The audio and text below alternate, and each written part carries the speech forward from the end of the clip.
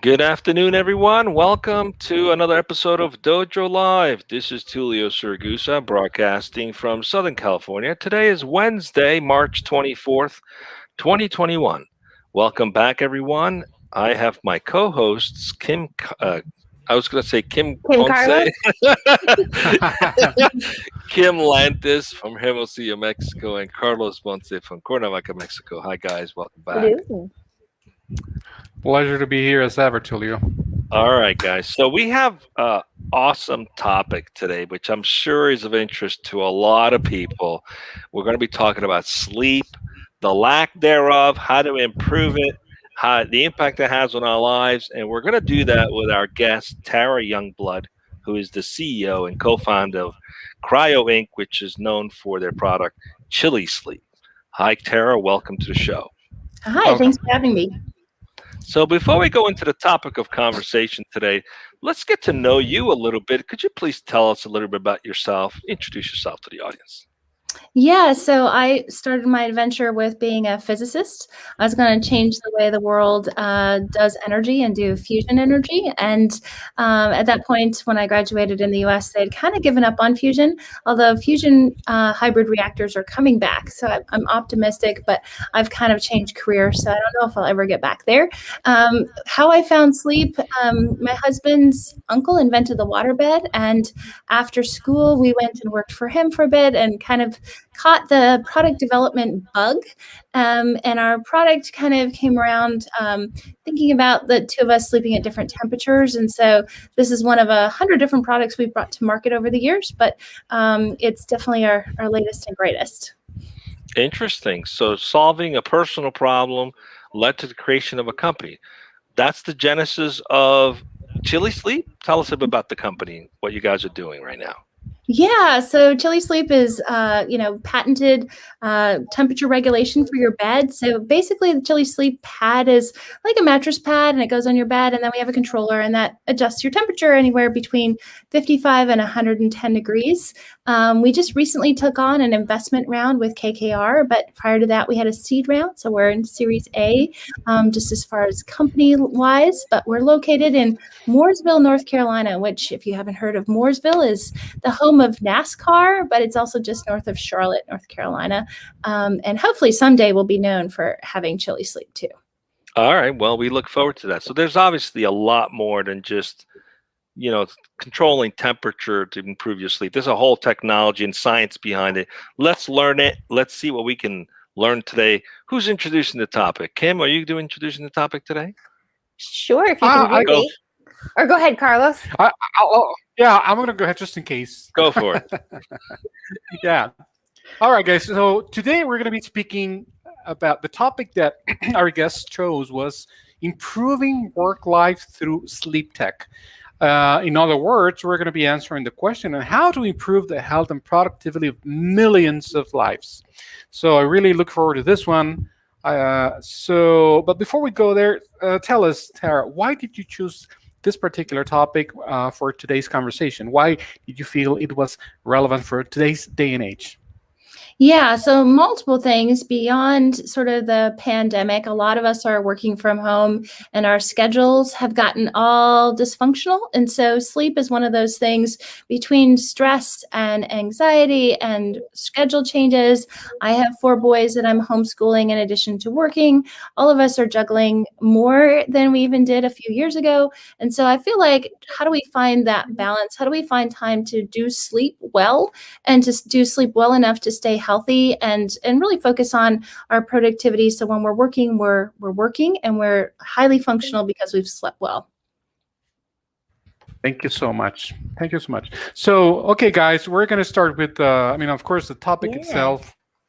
It's very fertile for a lot of questions. So, but Tulio and Kim, do you want to go ahead and start? I do. I have to say, Kim, Tara, you scared me when you said 55 degrees. It's funny. I got nervous at 110. I'm like, I got nervous there too. flying.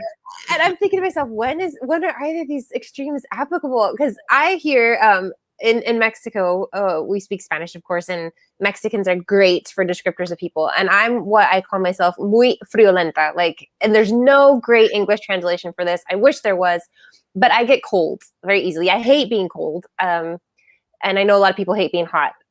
For me, it's cold. I'd rather be sweating than shaking. But my question is, how is body temperature or ambient temperature directly related to sleep quality? Yeah, so your body is 98 degrees Fahrenheit or 37 degrees Celsius. And so, you're actually a pretty warm engine all by yourself. But that engine actually follows an interesting pattern of temperature throughout the day, and it's called your circadian rhythm. And you can sort of determine how that block works. It's driven by your chronotype, which is a clock. You have a body clock. It tells your body like when to focus on immune system, when to digest, when to have the highest blood pressure, when to work out, all those kind of things. But it also helps manage your temperature and your thermostat. And as you know, because you run cold, if you get sick or anything, our thermostat can get really funky. So lots of conditions make that thermostat not work right or be a little bit off. But your body wants to mimic the temperature outside. We had slept outside as humans for most of existence. And that temperature, as you know, is not consistent. It's not like our homes today that are one temperature. And so at night, even when we think of it getting cooler, for some people that is really cold. Their bodies are looking for that 55. But some other people are looking for just less than like their core body temperature. So anything less than that 37 actually is cool as far as your body's concerned. So it is a little different scale than we put on that ambient temperature. But your core body temperature, your heart and lungs want to drop 2 degrees Celsius in the middle of the night. And so that's a lot for your core body to do. And so it does want to be cooler than that room temperature possibly, and definitely cooler than your bed is. Interesting. I've sometimes in the middle of the night when I wake up and I can't go back to sleep, I take a baby aspirin and that puts me right back to sleep because it cools down the body temperature. There you go. I just learned something.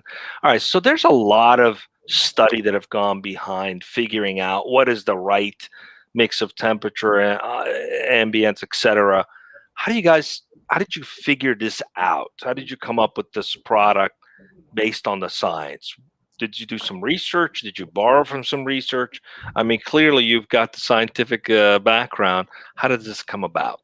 Yeah, so we actually, Todd and I, as product developers, we just came up with it based on solving a problem that we had where Todd would sleep on that block of ice. He would love to be cold all the time. And at that time, I was really very similar to you, except for, being pregnant other times. I would want to warm up to fall asleep. And I was doing it wrong, actually, of like I'd warm up to fall asleep and then stay too hot and then not stay asleep. So honestly, the science came after of like, okay, we invented this. How does this really work? And Clifford Sapir out of Harvard gets credit in my mind for sort of being the first one to call a sleep switch. And that sleep switch is triggered by temperature and that temperature change that I talked about because of being outside. Interesting. Great. So what Chili Sleep does is this, okay, what I'm understanding, is this based on a person's preference or a person's needs?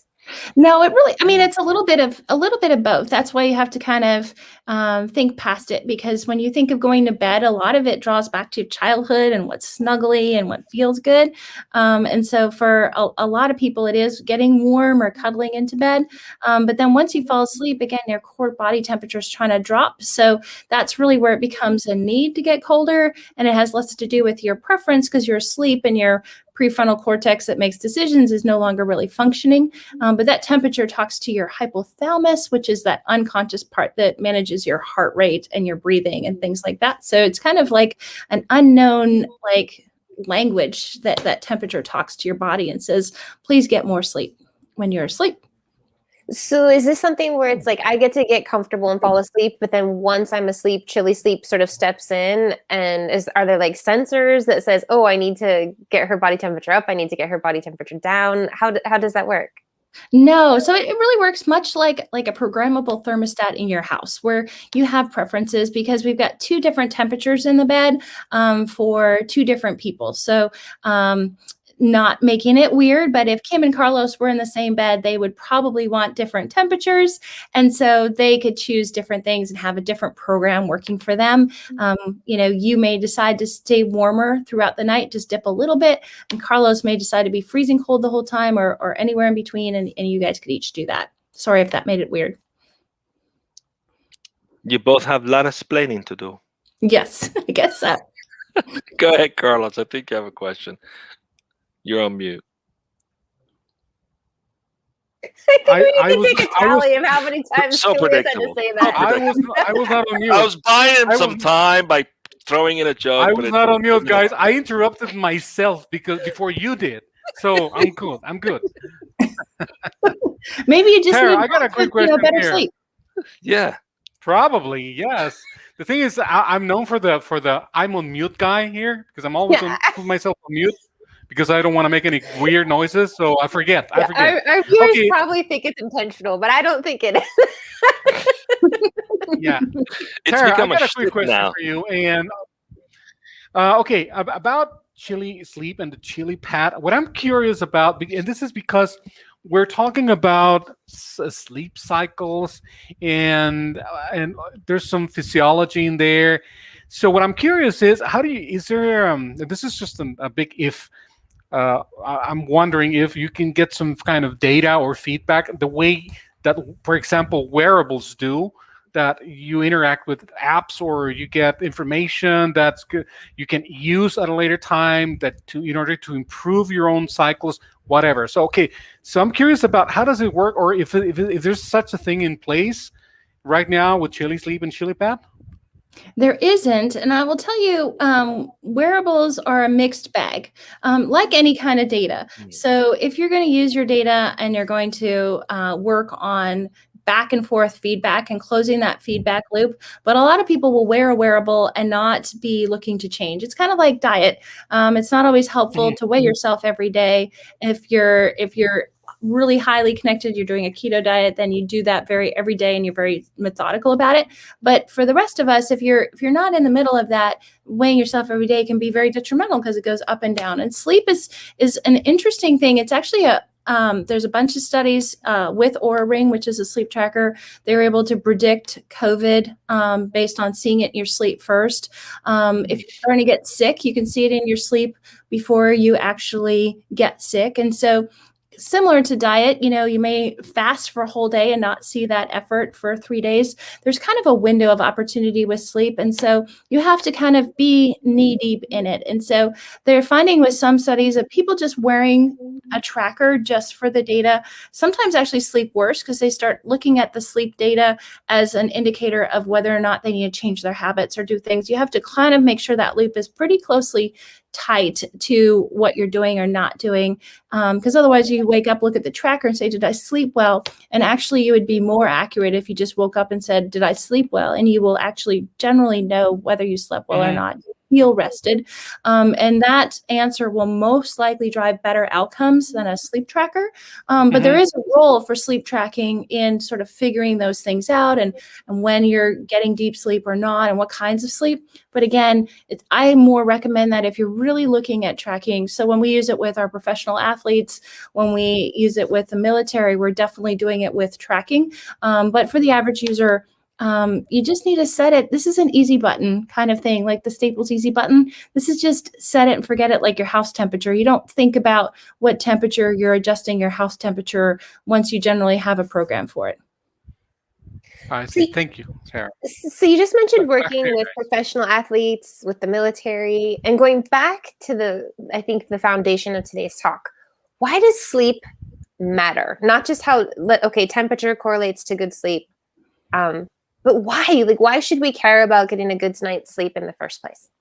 Yeah, so I love that question because I feel like sleep really should be more of an investment push than it is to do a savings account or even a retirement plan. Because when you think about retirement, if you don't have your cognitive self and you're going to sit in a nursing home, like that's not retirement, right? We all want to be healthy and happy and play with grandkids and have good health outcomes. And unfortunately, lack of sleep is tied to all of those diseases of the elderly, from Alzheimer's and cognitive loss, memory loss, all the autoimmune diseases, all are, tied to that lack of sleep. So sleep is one of those things that we do take for granted, but we go through our lives, and during the day, you don't heal. You generally don't file any memories. All of that is saved for nighttime, and a lot of it's for deep sleep. Some of it in REM sleep, where you're sort of filing and working through emotions. But sleep is that place where we clean up. And so, if you can imagine your house, just like your memories and all the stuff that builds up during the day, if you never cleaned and you just kind of let it go, very soon it gets really cluttered and it starts to break down and it doesn't function as a house should anymore. Your body's really the same way. And so, unless we take the time to clean it and heal it and file things, it becomes a disaster. And that's what our lives look like with no sleep as we age. All right. So what I'm hearing is all those people that pride themselves about waking up at 4 o'clock in the morning and sleeping only 4 hours, being uber productive, check in with me when you're 70 or 80 years old. Let's see how you're doing then. Okay, Yeah. you got to get your sleep, people, right? That's what I'm hearing. Yeah, and the immediate results aren't much better. So if you're pulling the all-nighter for testing like we all did in college, your results will be 15 to 20% less. You'll retain less if you don't actually sleep between when you study. They've done studies on finance traders, stock traders. Their decision making is very poor. The CDC has found that if you're really sleep deprived, you're actually going to act similar to being drunk. In fact, blood alcohol level kind of drunk, not like just a little bit, but you're going to make the same kind of decisions. You're going to have the same kind of reflexes, the same kind of performance. And if you can imagine productivity when drunk, not so good. There's actually a Netflix TV show or something. I think I saw like an episode or two. And now I remember they literally deprive people of sleep for like 24 hours. And then they have to do like cognitive challenges, like catching things, and it's competition. Like they literally exist. That could be really entertaining to watch. Yeah, it's terrible. It's really terrible. All right, I don't know Carlos, if it's I think you have a Netflix. question. I got one right after. Show, but it's an interesting TV show anyway. Carlos, go ahead. I think you have another one. I got one after you, which was a topic. Go ahead, Carlos. I lost my words. See what happens when you don't get enough sleep? Oh no! Yeah, no, we know you're not on mute. I'm not on mute. I was just teasing you guys. All right, Tara. Here's another thing, and this is kind of ties into something that Tulio mentioned a few minutes ago. And I know, well, based on the conversations that we had off the air, I know you've been in a lot of podcasts and interviews and shows. So I'm curious about something in particular. Tulio, a few minutes ago, mentioned the how can I say this? All this racket that's out there, and especially in the tech world and startup world, about people working 20 hours a day and sleeping 2, and taking pride in that. And so I'm wondering, I wonder if you, during these shows that you've done, podcasts, or some other place, have you encountered some naysayers about the quality of sleep and why it's so necessary? Is people who say, nah, you don't need to sleep. We're biased. We're programmed by the powers that be to sleep 8 hours, and that's not true.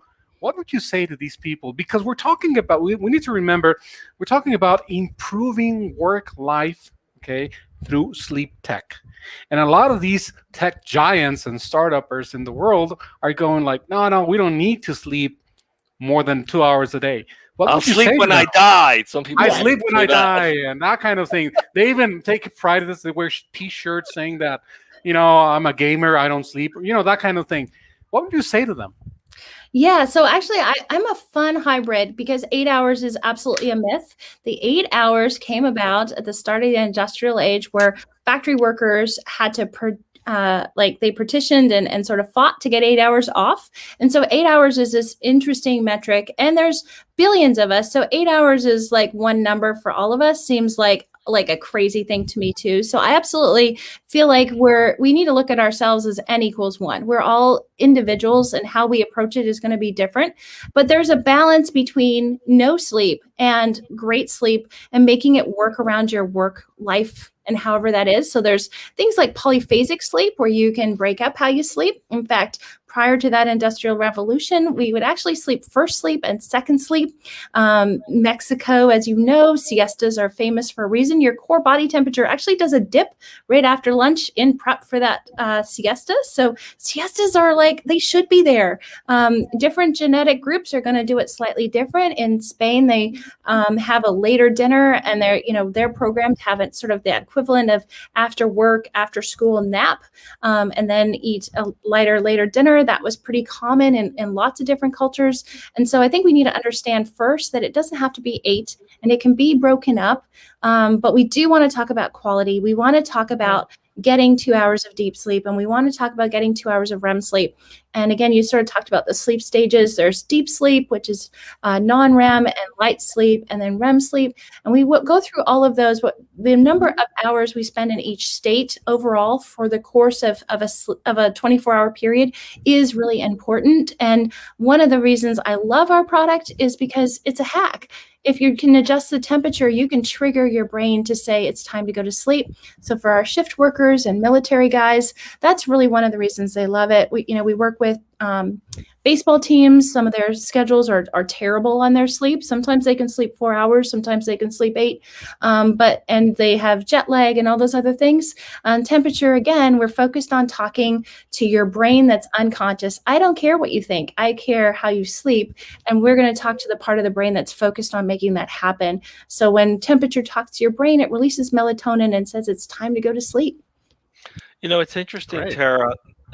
Interesting what you're bringing up. I wonder how many people actually know what the minimum number of hours of sleep that they personally need, and quality sleep, right? I might think, well, I need a minimum of 6 hours, but realistically, if I got 4 hours of really good quality sleep, that might be all that I need. I know personally, if I get less than 5, I start to get a little foggy. So we all have our number, right? But one thing, I want to go back to something you said earlier, which I'm sure other people are still thinking about, specifically around COVID. And you said something about how you can predict the possibility of either getting it or having it based on sleep patterns or based on the effects it has on your sleep. Can you share a little bit more about that? Because I'm sure there's some people like wondering, wait, do I have COVID because I'm not sleeping well? Or can you enlighten us a little bit on that? I'm curious to hear about that. Yeah, so really it's about checking those metrics that we don't have immediate access to in our conscious mind. So that core body temperature, or your body temperature, will actually be slightly raised as you're about to get sick, and it's in an insignificant amount. So the fever that we will measure will probably come later, but a lot of those sleep trackers are going to be able to pick up if there's a slight temperature increase, and we're talking like 0.6 degrees Fahrenheit, not a lot, like not significant where it's going to stand out. But when you're sleeping, if it's elevated, it's basically your body's immune system is ramped up. You'll also see it in something called HRV, which is your heart rate variability. The heart rate that you have, we think about our beats of like being so consistent, and you think of pulse of how many beats per minute, but the spacing between those beats is variable. And the more variable it is, really the more relaxed you are, if that makes sense. So if your heart isn't like that consistent, and it's this distance one time and this distance the next time, and it's really relaxed, that's what happens. And if you're super stressed, as you can imagine, we're going to be very controlling. That unconscious mind is going to control that heartbeat very specifically. And so as there's more stress in the body, those numbers for HRV drop. Interesting. So I know you have another follow-up, Kim. So for example, if your normal temperature is 97.1, right? Some people run a little lower. You actually, having a 98.4 could be an indication that your immune system's triggering up and you're about to either fight that off or it's going to get worse, right? So maybe a good sign is say, take up some additional vitamin C. Even though you don't have a fever, technically, your temperature just went up. Okay, interesting. So much to learn. Go ahead, Kim. Yeah. So, Tara, I'm interested to learn. So we've established why sleep's important. We established temperature's role in that. But my question for you is, what are these indicators that we can pay attention to that are telling us something's not quite right here? Like maybe I should be paying closer attention to how I'm sleeping. What should we pay attention to, and what are some steps that we could take if we find that we're checking off a lot of those boxes. Yeah, so your body, back to that temperature part, like if your body warms up naturally when you wake up, you're going to release cortisol as part of waking up. And so if you're finding you're having to hug your coffee first thing in the morning or that caffeine hit, you actually should be able to wake up without an alarm clock and be able to function without caffeine. I know that's hard to believe. And if that caffeine is more than just my habit and I enjoy having my drink, but it really becomes a requirement in order to function, that's usually a pretty good sign that things aren't going right with your sleep. You shouldn't wake up in the middle of the night. A normal grown-up won't wake up in the middle of the night. So if you're waking up to go to the restroom in the middle of the night, your body actually releases a hormone during deep sleep that says, please don't get up and go to the bathroom. And so if you're doing that, it means you're not in deep sleep. You're not getting good, consistent sleep. And temperature is a really easy fix for that, but there's other fixes as well. But deep sleep definitely doesn't coincide with getting up and using the restroom in the middle of the night.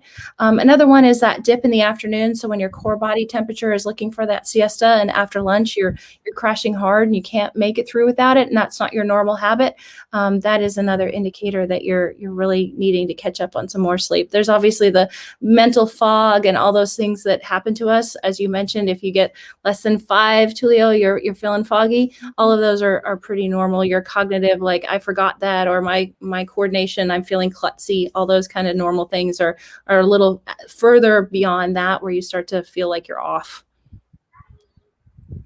Fascinating. All right, so much to learn. This is a topic we can talk for hours on. Oh, yeah. Let's learn a little bit about the culture itself at Chili Sleep.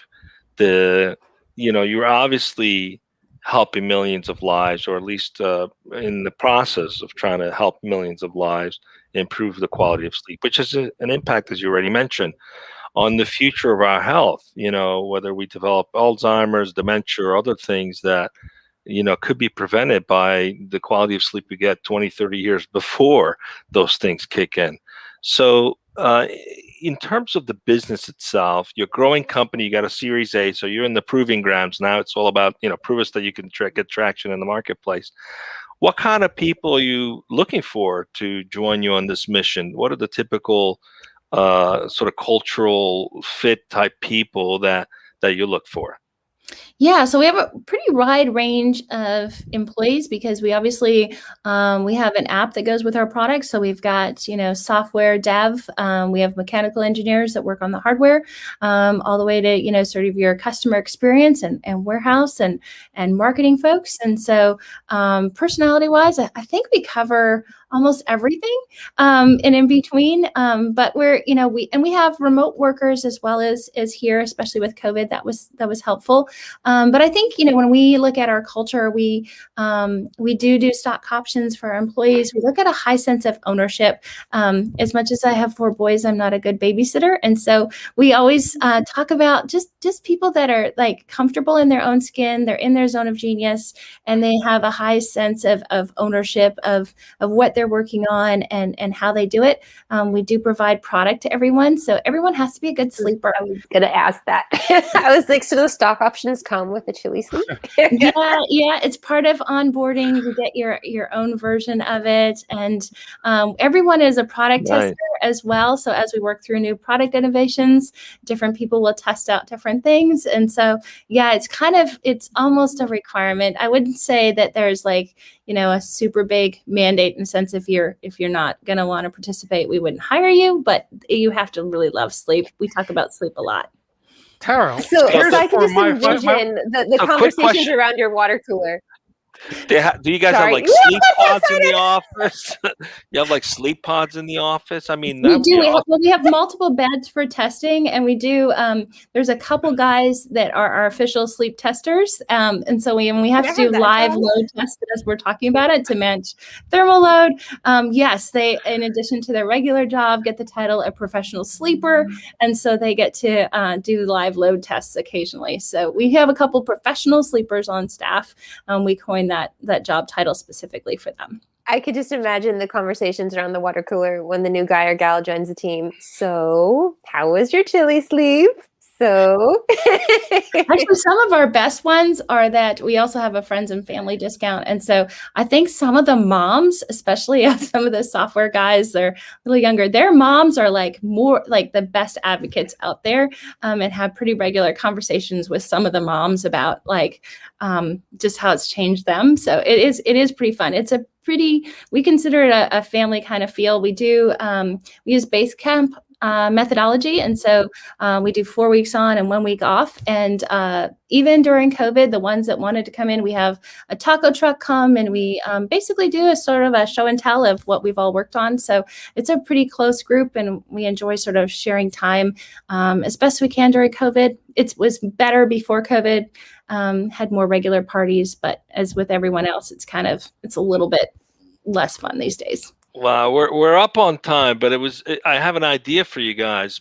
Post COVID, you could come up with a campaign. The Improve the Lives of Millions campaign, where you buy a Chili Sleep product and you take a nap in the office in the middle of the afternoon, and you simply just say, what are you doing? What are you doing? I'm participating in this Improve Millions of Lives campaign. Who's going to argue against that, right? You're doing something for a good movement. So it's good to have had you as a guest, Tara. Thanks for being with us. One more Carlos, before we got go. another question, right? Yeah. It's really quick. It's simple. I just got to ask this, okay? What's with the chili? Why? Oh, chili is both hot and both chili cold. So it was like just like chili okay, I see. cold I chili. got it. Yeah, that was the brainchild of in 2007. That was the idea for that. I just had To the campaign, we did give away $1 million worth of product to veterans and first responders and healthcare workers. We added for COVID, so we really are sort of really committed to that changing the way people sleep. So there's a bunch of people sleeping on it. One last question, Tara. What's your chili number? What's your temperature? Yeah, so it's a little complicated because I'm testing a new product and it's been variable with the new pad, but in general, I'm about a 68. Okay. Cool. Yeah, that's what I have the house temperature set at night. Thanks for being with us, Tara. It's been a pleasure. Carlos, please stay with us as we go off the air. Carlos, we got one more show tomorrow, right? One more show tomorrow, Tulio. Tomorrow we'll be speaking with Suba Sethi, the Vice President of Loyalty Project at Synchrony. And the topic is going to be innovation in e-commerce in a COVID-19 world. So that's what we have right here on Dojo Live tomorrow at 12 p.m. Pacific. Join us today and be safe. Enjoy yourselves tomorrow. I'll see you back Monday for the recap show.